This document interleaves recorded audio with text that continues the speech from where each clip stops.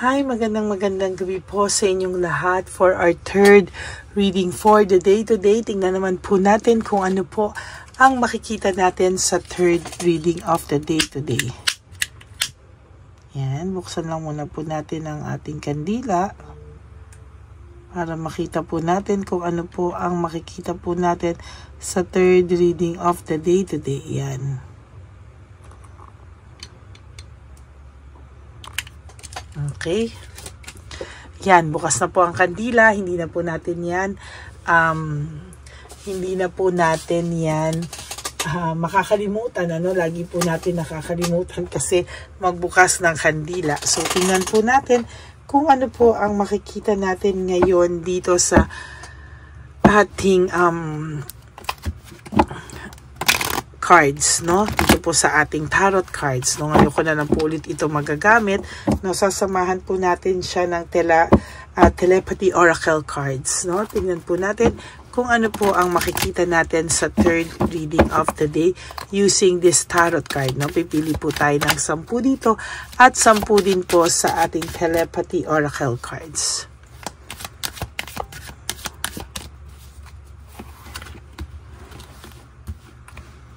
Yan, napili po tayo 1, 2, 3, 4, 5, 6, 7, 8, 9, and 10. Okay. Tingnan naman po natin kung ano po ang makikita natin sa telepathy oracle cards. No, buksan po natin.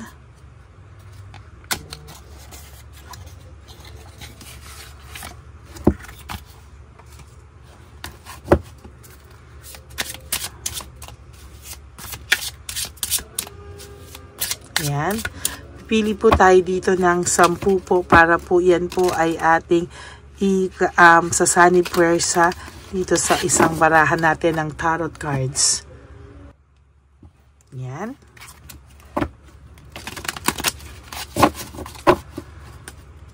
Isa pa po.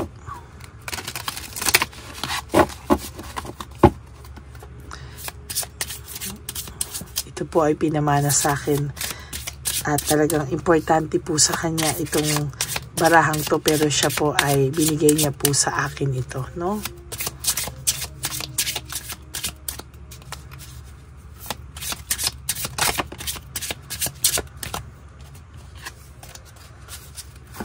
Pili na po tayo ng 10 cards mula sa ating telepathy oracle. 1, 2, 3, 4, 5, 6, 7, 8, 9, and 10. Ngayon, tingnan na po natin ang pagsasanib pwersa ng dalawang baraha. Ito muna po.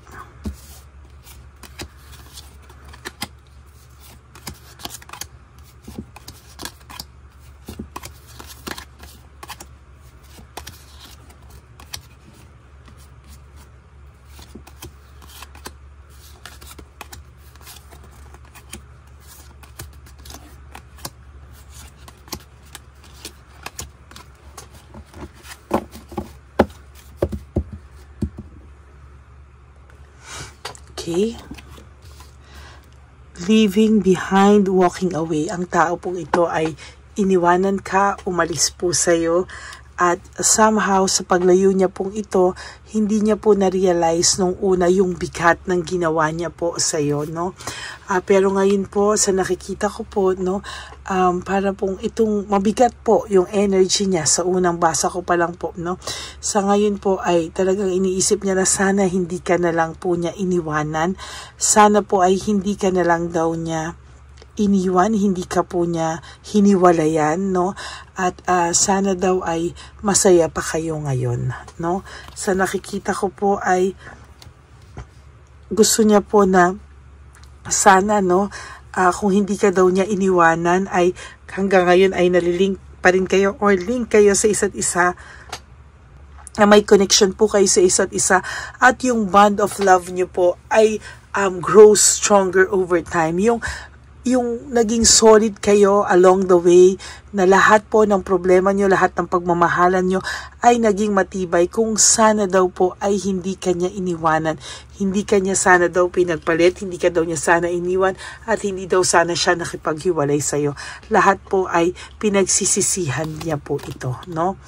Dahil nakikita niya po na parang okay ka na po, parang naka-adjust ka na po. Ngayon niya po naiisip lahat ng kanyang mga nagawa sa iyo. As a matter of fact, yung mga akala mo po na, yun nga, yung sabi ko kanina, no, yung pagpapretend niya na akala mo okay na siya. Hindi po, ito po minsan binablock and block ka po nito minsan kasi gusto niya pong makita, maka-update sa iyo, no. Kaya lang po, for some of you, kayo po ay nakalock ng profile, or some of you, blinak nyo din siya. Pero ito pong taong to ay naghahanap ng balita. Tinry po niyang kalimutan ka, try niya po lahat. Pero sa totoo lang po, hindi ka po niya, hindi po niya nagawang, hindi po siya successful na kalimutan ka, no. As a matter of fact, hindi din po siya makalet go sa'yo, no. Confusion, ano. Very, very confused po ang taong ito sa ngayon, no. Parang ngayon siya naghahanap ng sagot sa mga tanong niya, na ikaw nga po, nung during na kayo ay naghiwalay, hindi ka nga po nakakuha ng matinong sagot bakit kayo nagkaganyan. Pero ngayon po, siya po ay talagang nakakaramdam po ng confusion, ano. Ngayon siya nako-confuse na bakit kailangan niya raw maramdaman ang mga bagay na to na dati naman niya nang kinalimutan, ano. Bakit daw siya ngayon nakakaranas ng confusion? Bakit daw all of a sudden na confused po siya, at talagang ngayon niya naiisip bakit siya biglang naging ganito, no? Reflection, no? Nagre-reflect po ito ngayon. Ngayon niya po gustong maintindihan ano po ba yung nangyari, saan daw po ba kayo nagsimulang magkaganito, at bakit daw po ba kayo napunta sa sitwasyon na ganito ngayon, na ang hirap-hirap daw niyang maintindihan sa ngayon, na parang raw pong ikaw ay nahirapan po ito talaga, no. Napakiramdam niya po hindi tama yung mga nangyari, yung mga naging desisyon niya sa buhay. Pakiramdam niya po ay maling-mali, at talagang palpak po yung mga naging desisyon niya sa buhay. Ang may pagmamahal pa po sa ito, no, sana daw po kung makakapag-usap lang kayo ng maayos, sana daw kung hindi kanya bliname at hindi siya nagsalita ng masasakit na salita sa iyo, baka hanggang ngayon, ano, na-conquer nyo lahat dahil mahal nyo yung isa't isa. Kung sana daw po hindi siya natukso, sana daw hindi na siya natukso, hindi kanya iniwan, hindi kanya hiniwalayan, at hindi kanya pinagpalit. Lahat po ay puro sana, no? Sana, no? Sabi ko nga sa inyo, nasa huli po ang pagsisisi, no? Kaya medyo hirap po itong taong ito sa ngayon, ano? Ayan, no? Sana, puro siya sana.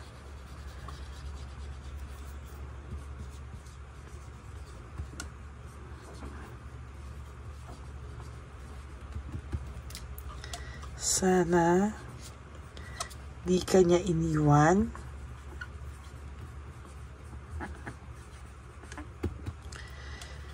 Sana di ka daw niya pinagpalit.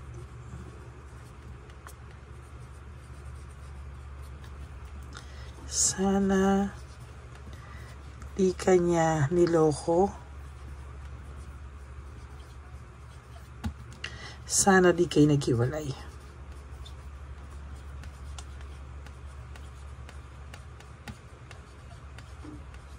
Pero lahat po kasi yan ay hanggang panay pagsasana, no? Kasi sa ngayon po, hindi po siya makagawa ng any na effort man lang, no?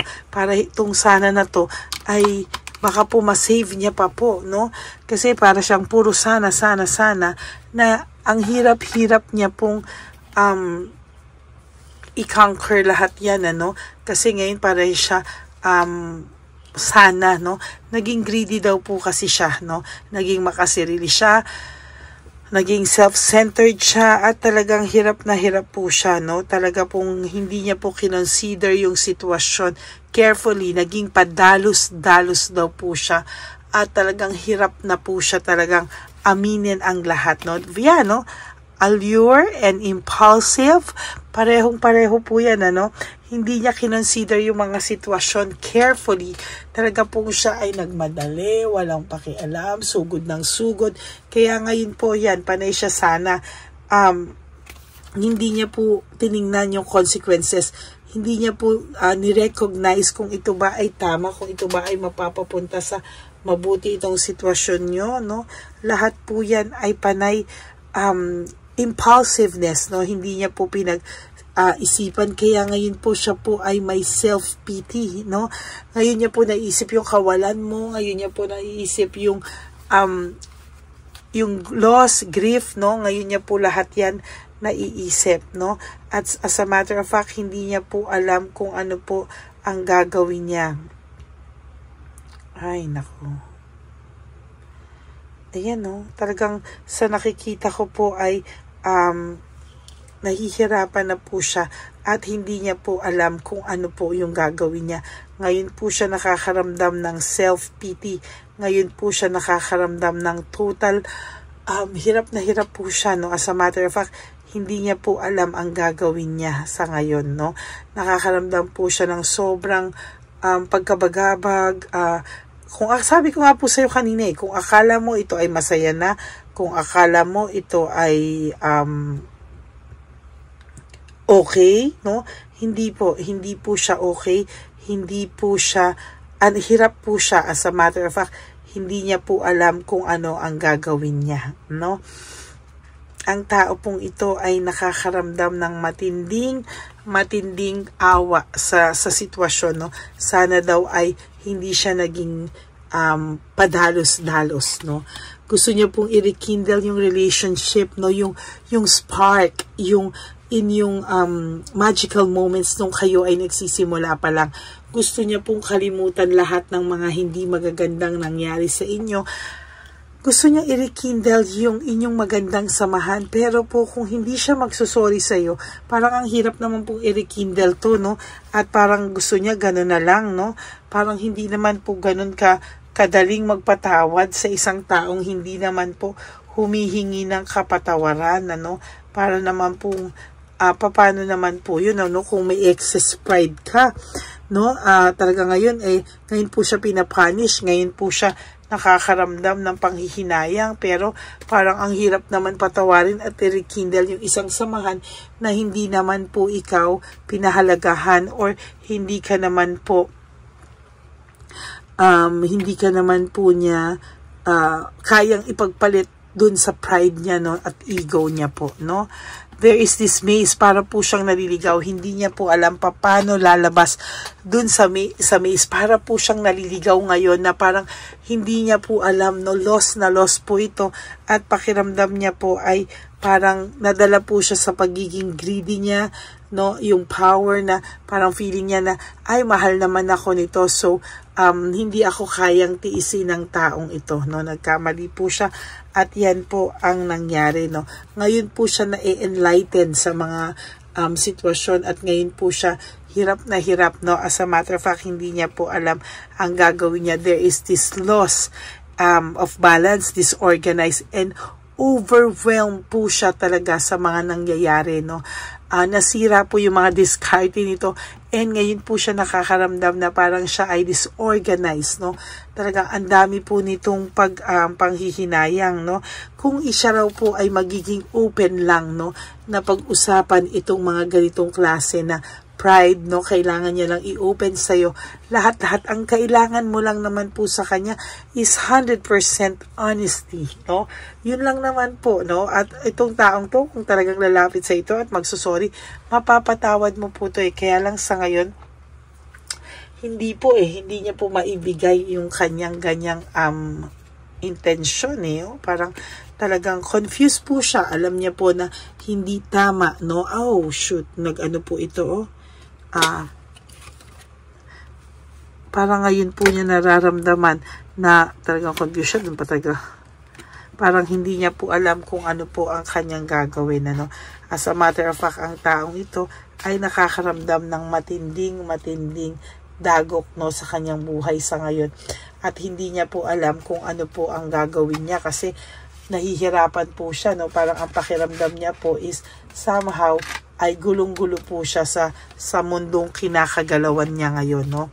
Hindi niya man po ito maamin sa iyo direkta, no, pero sa totoo lang po ang taong ito po ay nakakaramdam din na may kulang sa kanya, no. Parang hindi niya po alam kung ano daw po ba yung naghihintay sa kanya at hindi niya po alam kung hanggang kailan po siya malulungkot, no. Hindi niya po alam kung saan po siya dadalhin ng tadhana, no. At sa nakikita ko po sa kanya, true enough na mahihirapan po ito sa mga susunod pang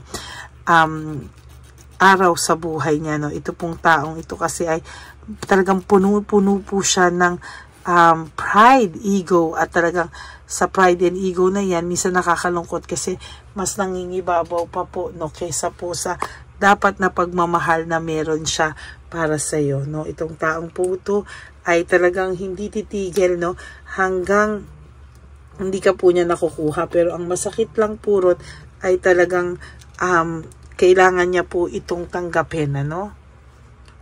Yan po yung nakikita ko talaga. And for your last card, teka po, ito po yung confusion. Kasi naku, teka nga po. Yan, so nagkarat na, no. So, ito po yung confusion, ano, talagang inisip-isip niya po talaga ito, no, na hindi tama yung mga nagawa niya po sa sarili niya, sa buhay niya, no. Kaya yan po ay talagang dadaan po yan sa matinding confusion po ang taong ito. Lalo na po ngayon, for your last card, lagi niya pong naiisip, ito pong inyong connection, ano. This is all about connection, ano. Naiisip niya po yung connection nyo at naiisip niya po na sinayang niya talaga lahat at hirap na hirap po siya. Yan po yung nakikita ko at talagang ayan, no.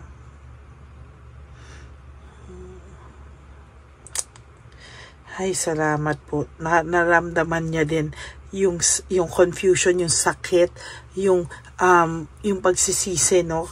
Kahit po gaano pong kakapal ito, ay talaga pong, ayan, ano, kahit po anong kapal po ng mukha nito, talagang meron din po akong nakikita na pagsisisi deep inside po, no. Hindi man po ito talaga magpapakita na may ganun siya, but at least deep inside po nararamdaman niya na yun lahat. And there will come a time, lalapit po sa ito, no? Lalapit po ito sa iyo. Sa nakikita ko po, nakakaramdam siya ng matinding dagok sa buhay niya sa ngayon. Okay, that is your third reading. Panay po siya sana hindi kanya iniwan, sana hindi kanya pinagpalit, sana hindi kanya niloko, at sana hindi kayo naghiwalay, no. Sana po din, no, kapalit po ng pagsasana niya, sana din po ay gumawa po siya ng paraan para po yung itong panay sana niya ay matapos na po, no. Kaya at maging maayos po ang lahat sa kanya, no, at sa inyo. Kung yan ay nakatakda in God's will. Okay? Maraming salamat po sa pakikinig nyo. For those of you na naka-resonate, can you please give me a like and comment down below, and pakihit din po yung bell button para updated po kayo sa ating mga latest videos or uploads, no. Maraming salamat po sa inyong lahat. And for those of you who would like to have a private reading with me, you can message me po at Ladyly Elena. That's LADYLY Elena. Nasa dulo po yan ng ating video. Diyan nyo lang po ako makokontak. That's my only official and legit FB account. Maraming salamat po sa inyong lahat. And yung ating fake po na Lady Elena, no, naglabas po siya ng kanyang cell, pero sa nakikita ko po baka hindi po ito totoong pangalan, no, baby the number, yes, no, pero I think this is, pina-check ko po sa kapatid ko, and I think this is nga a scam, no. Hindi po legal or legit yung kanyang pangalan, ano. Kaya mag-iingat po tayong lahat, no. Pakikuha na lang din po yung kanyang PayPal account, no, para makita din po natin kung sino siya, no. Ayan, so yun po ang ating yun po yung ating update sa inyo dyan sa Lady Elena. So, paki rin po, no? Paki-block po yung inyong, paki-message nyo po yung, parang report nyo po siya sa messenger na scam and fraud, no? Para po siya po ay, mawala sa messenger, no?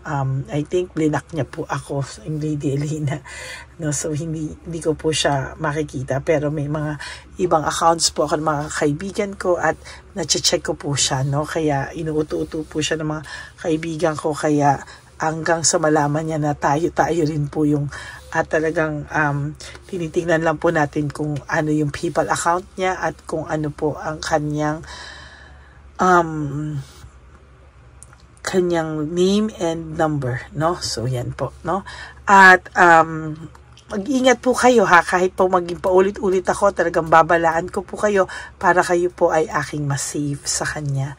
And sa akin pong mga ever loyal, solid, and faithful na Lady Elena family, I love you all from the bottom of my heart. Mahal na mahal ko po kayong lahat. And thank you for not skipping ads. Tulong nyo na po yan sa ating channel. Maraming salamat po sa inyong lahat for all the support. At ako po ay nandito po at talagang magbibigay po ako sa inyo ng reading of the day. Palagi ko po kayong naaalala, kaya alam ko pong tinatawag nyo yung energy at talagang hinahanap nyo na po yung aking reading of the day. So maraming salamat po sa inyong lahat. And God bless you all. And lagi ko pong paalala sa inyo, ha, is just to live one day at a time. You do 3 things that will make you happy for the day. Enjoy your day. Be grateful that we are still alive and healthy. At love yourself, no? Importante po ang pagmamahal natin sa ating mga sarili. Self-love is still the best love of all. And also, you have to realize that life is really so short, kaya don't make it shorter by stressing yourself from all the pains and heartaches na binigay sa inyo na kahapon. Just surrender everything to the divine universe and just let go and let God write your life and love story. I will be back po for another set of reading. Try ko pa po if kaya ko pang mag 4th and bonus reading, but for the meantime, ilalabas din po natin ang ating insenso, ang ating 6th day ng insenso, and tomorrow will be the last day of the insenso, and then next month maglalabas po ako ulit niyan para every month po meron kayong ganyan, ano? Maraming salamat po sa inyong lahat. And huwag po kayong malungkot, basta kapit lang po tayong lahat, magtutulungan lang po tayong lahat, at araw-araw po kasama niyo po ako sa pang-araw-araw niyo pong buhay. Maraming salamat po sa inyo, and God bless you all, and I love you all from the bottom of my heart. And marami pong salamat because we are now approaching 18,000 subscribers, kaya maraming salamat po sa inyong lahat, and God bless you all. Bye-bye po! May update po, may nagpanggap pong subscriber natin na siya po ay magpapahula sa fake na Lady Elena, kaya ayan, hinihingan po siya ng $80 at ang cell po niya ay nabigay at nakuha. Ang pangalan niya po sa cell ay Julian Albert, no? Siya po ay may cell account din, kaya mag-iingat po kayo. Ayan po, no, kung sino man po yung scammer na Julian Albert na yan, no, iinsensuhan po natin yan para siya po ay makonsensya. Kung wala man po siyang konsensya, at least po bumalik sa kanya lahat po ng kanyang ginagawa, at maling-mali po yan, ano. Basahin niyo po lahat yan, makikita niyo po, ayan po ang cell number niya at Julian Albert na yan, ano, para po talagang ma-report din po natin yan na siya ay gumagamit ng cell account na Julian Albert. Mag-ingat po kayo, ayan po yung number niya, ayan po yung pangalan niya. Huwag po kayong magpauto. Nakita nyo naman po, no, napakalayo po ng pangalan ko sa pangalan ng pinagsisendan nyo po ng account o ng pera. Kaya mag-ingat po kayo at beware sa scammer na to. At talagang ayan po, pinost ko po ang kanyang pangalan dito para maging babala po sa inyong lahat. Maraming salamat po.